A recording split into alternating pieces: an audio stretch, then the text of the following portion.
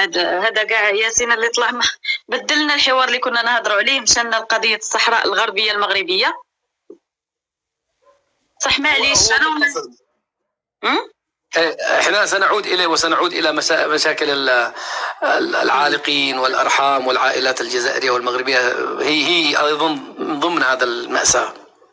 نعم، اللي حبيت نقول اخي اسعد نعطي مداخله صغيره فيها، باسكو انا قضيه الصحراء المغربيه بلعتها في عقلي وفي قلبي، صاي خلصت عليها الهضره، بصح كي جبدها نقول له ياسين هذا وغيره وغيره وغيره وكاع لي زالجيريا اللي راهم يطلعوا يدافعوا يقول لك الصحراء مغربيه، والله ما همهم في الصحراء غربيه ولا مغربيه، قسما بالله والله ما داهم غرض فيها، همهم الوحيد هو المغاربه المروك برك، هذا واش في عقلهم، ماشي شغلهم هما بس أذكار في المغرب راهم يهضروا على الصحراء المغربيه، وكان جابتهم النيف وكانت فيهم الانسانيه كما يقولوا، شله قضايا لازم يهضروا عليها، ومن بينها الطوابير تاع الماء اللي راه يشدوها في الصيف هذا، هضروا على القضايا الوطنيه تاعكم هي الاولى، خلوا عليكم جماعه المالي وجماعه موريتان اللي راكم جامعينها عندكم، والله ما تهمه قضيه الصحراء الغربيه اللي راه يهضر عليها، راه يقول لك قضيه وقضيه، والله ما تهمه، قسما بالله يا اسعد ما تهمه.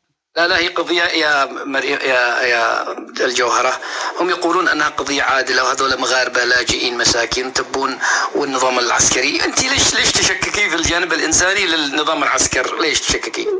يا أسعد نعرفهم مليح، دوك أنت خوك اللي كبرت معاه من الصغر ما تعرفش، والله ما على بالها بالصحراء، يا زكارة في المغرب راهم يديروا هكا، زكارة في المغرب ما تجيبهش النيف على اخته وتجيبه هو على مغربي يقبضها الزكاره معاه برك، صاي هذا ما كان، اخته يجي من النيف عليها، بصح كي يكون مع مغربي يهضر عليها، راه عيب، راه يا اسعد يا اخي اسعد اسمح لي نقول لك، انا هضرت مع عمتي 3 ايام دوكا، هضرت مع عمتي ورانا في فصل الصيف وشهر 7 هذا، والماء مقطوع عليهم والناس يرفدوا 5 لتر بالسيتيرنا، والروح راهي طيح تما على الماء، وهو يهضر لي على الصحراء الغربيه، هذا دوكا ما جابتهش النيف على بلاده، يهضر لي على الصحراء.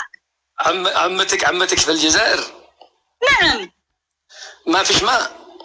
ما كاينش الماء، بزاف تاع الولايات في الجزائر ما فيهاش الماء، وهما راهم عارفين يقولوا لي الله ينعلك الا كذبت عليهم، الماء ما كانش، هضروا على الماء، كنا نشدوا طوابير على الزيت والحليب، دوكا ولينا نشدوها على الماء، ورانا مازال قابضين في المغرب. يا الجوهر انا خايف ان اللي في المخيمات يمكن عايشين احسن من المواطنين الجزائري اللي داخل. والله لا احسن، قضيه الصحراء الغربيه يهضر عليها اكثر ما يهضر على روحه، يوم انت مبهدل وتهضر لي على الصحراء الغربيه، اهضر على القضايا تاعك، تعيش كيفك كيما الناس.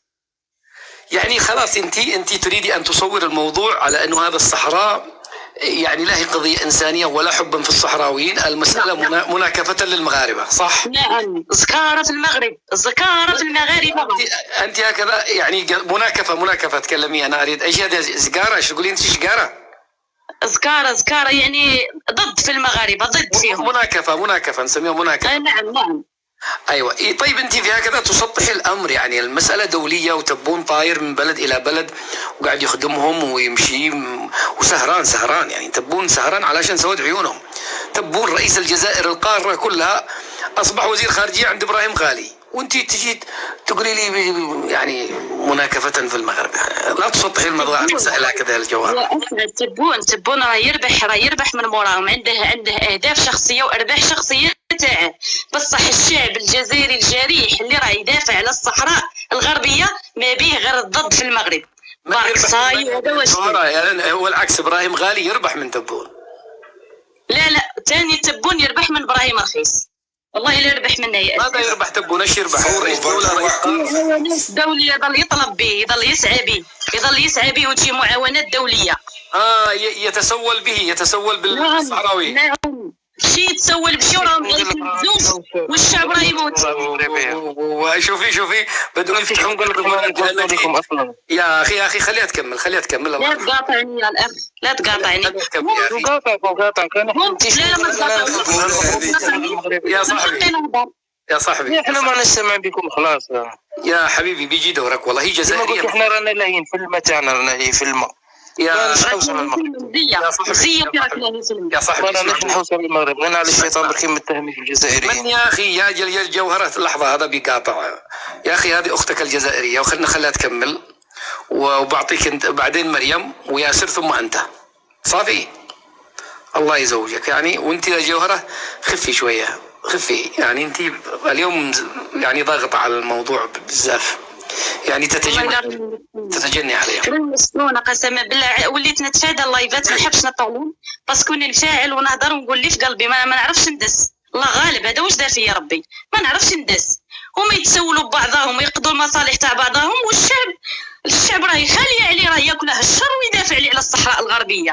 صحراء واش اللي راك تدافع عليها؟ الصحراء مغربيه صاي، خلص الملف تاعها، اهدر على روحك، راه واكلك الشر من عينيك، ان شاء الله اللي يزيد ياكلك. طيب يا الجوهر انت يعني انت بتنسي انك جزائريه، انت جزائريه، صلي على النبي. والله اسمح لي غادي يا اخي لحظه خليني اكمل معك، باقي لها دقيقتين. والله غير دقيقه بغيت نسقسيك سؤال، هذه جزائريه؟ ايوه جزائريه عبا عن جد. هذه خليها تهدر انا ميت بالضحك، خليها تهدر، خليها انا ميت بالضحك. يلا اذا قفلوا الاثنين. وهي جزائريه وانا متاكد انها جزائريه، انا نفسي التقيتها وشفت وثائقها وشفت كل شيء، يعني لا تشككوا في هذا الامر. انا التقيتها في الرباط وعملت معها لقاء موجود في اليوتيوب وشفت كل شيء، يعني شككوا عند واحد غيري. جزائرية أبا عن جد، عن ألف جد، صافي هي جزائرية. وأنا أعاتبها حقيقة، يعني هي أحيانا تنسى أني جزائرية وتقزم هذه القارة لدرجة أني تبين تبون والعسكر والبلاد النيس هزيلة. لا سمحت 20 ثانية. لحظة يا ياسين شوف لازم 20 ثانية ولا غير 20 ثانية؟ والله بعطيك ولا غير 20 ثانية، بعطيك 20 دقيقة، خلي أكمل معها وبعدين جوهرة معك دقيقتين.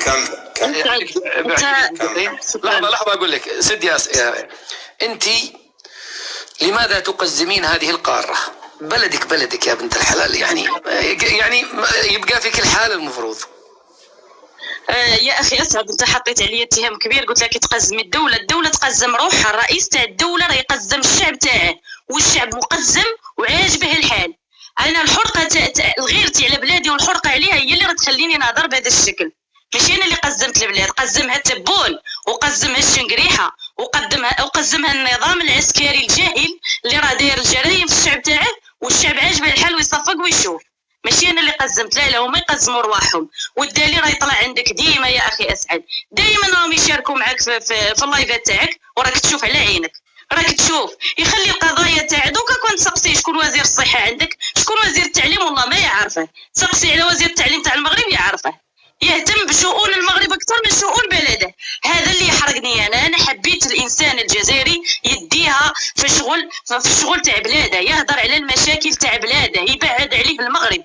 راه نهار نبعدوا علينا المغرب حنزيدوا لقدام. هذه هي الرساله اللي حبيت نوصي، والحرقه تاعي على بلادي الجزائر هي اللي تخليني نهضر بهذا الشكل. اوكي انتهت الدقيقه، انتهت مداخلتك، انا اعطيك الدقيقه اخرى اضافيه. يعني تريد انت تقنعيني الان ان هجومك على تبون وهجومك على شنقريحه وعلى هؤلاء العسكر هو حبا في الجزائر؟ طبعا اكيد، انا يكون لي نيف على بلادي، انا ما نحبش. انا كي نشوف جزائري مخلي روحه ومخلي دارهم في الشر ياكل فيه ويدافع على الصحراء الغربيه، ياكل ما نبغيش، ما نحبش. علاش راهي عايشه عندي انا هذه الصحراء الغربيه، هذا بوليزاريو لا عايشه عندي، ما نحبش على بلادي اكيد. انت اكملتي مداخلتك، سدي المايك وجهزي. تقدمي في النهار ولا في الليل؟ لحظه يا اخي الله يرحم والديك، لا تستعجل يا اخي، احنا معنا سمره واحنا سامرين والحمد لله، باقي معنا ساعه كامله، يجي لك دور وبتفرح وكل شيء وتسرع ورد على هذه وقولوا انتم، شخصوا لي انتم جوهره هذه جزائرية بتقول فيكم كلام مثل الرصاص، تقدروا تردوا عليها. ما الذي يمنعني؟ هذا فعلا قمة الوطنية في جوهرة. أنت جوهرة سيقولوا عنك عاملة للمخزن، مروكية، مضغوطة، مبتزة، ابتزوك، بهدلوك. جهزي ردود لهذا الكلام الذي سيقال عنك. مريم تفضلي 3 دقائق. السلام عليكم مرة أخرى. لا يجاوب الأخ هذا ياسين على ما أظن اسمه، قال بأن غوتيريش وكذا. أولا غوتيريش راه يعترف ببوليزاريو، وقال أنه لم تكن توجد بوليزاريو في قضية الصحراء، في ملف الصحراء قبل 75 حتى الملف من بدايته. فالأمر الثاني سؤال ليه، لماذا توقفت الرحلات التي كانت رحلات صلة الرحم التي كانت بين الصحراء والتندوف؟ الجواب على هذا السؤال، رحلات ماذا؟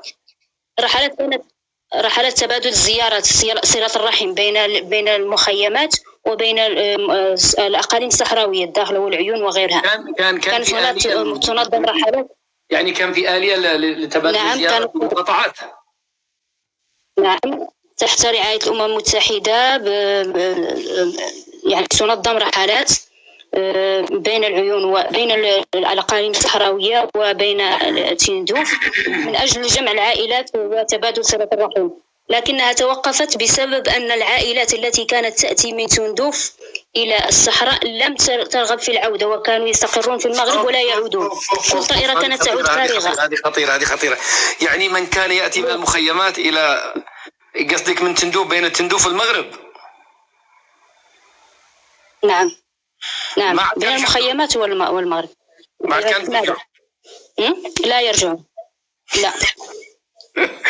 قليل منهم الذين يعني فقط النساء التي أخذ منها أبنائها وكذا، أما الرجال كانوا يتخلون عن عائلات وزوجاتهم وأبنائهم ويستقرون في المغرب. كانوا كيفرقوا العائلات مريم، رغم أنه نعم أعرف.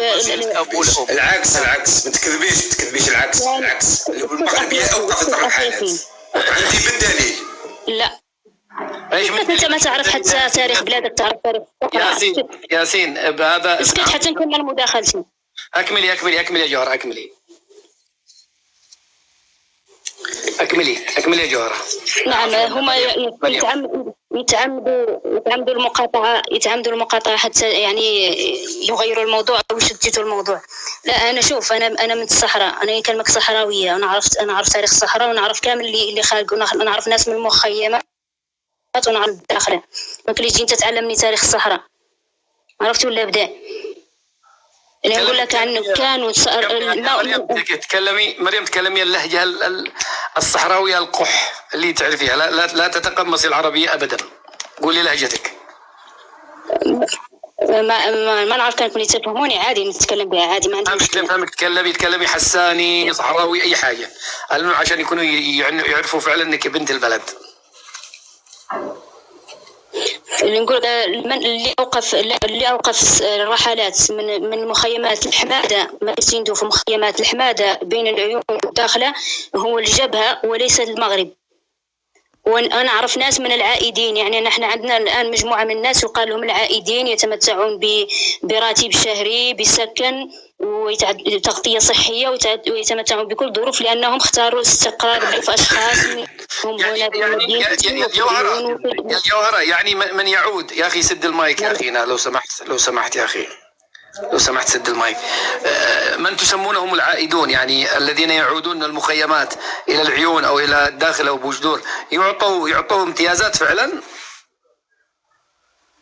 نعم، يعطوا حقهم في حقوقهم في الوطن، سكن وراتب وعمل حسب رغبة الشخص، يعني حسب ظروفه. يعني كان مسن يعطى راتب، وكان إنسان يستطيع شغل يعطى مشروع أو عمل إذا كان دارس، على حسب ظروف الشخص، وتغطية صحية. مازال المغاربة يمسحوا الصباط في السوق وتقول لي يعطوهم سكن ويعطوهم كيما تقول. أنا بنزل لك تتكلم على واقعات الإنسان. يا أخي هذا أخ أسعد، فتح الميكروفون أكثر، وبالتالي نزلتك يا أخي. أنا آسف، أنت قاعد تفتح وتشوش على الناس. اختمي في دقيقة يا مريم.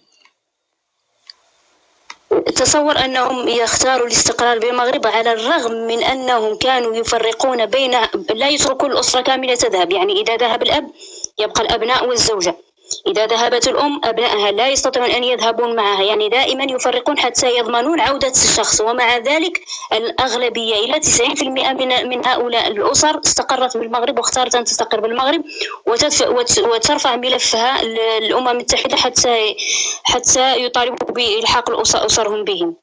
يعني معاناة هؤلاء الأشخاص يعني فقط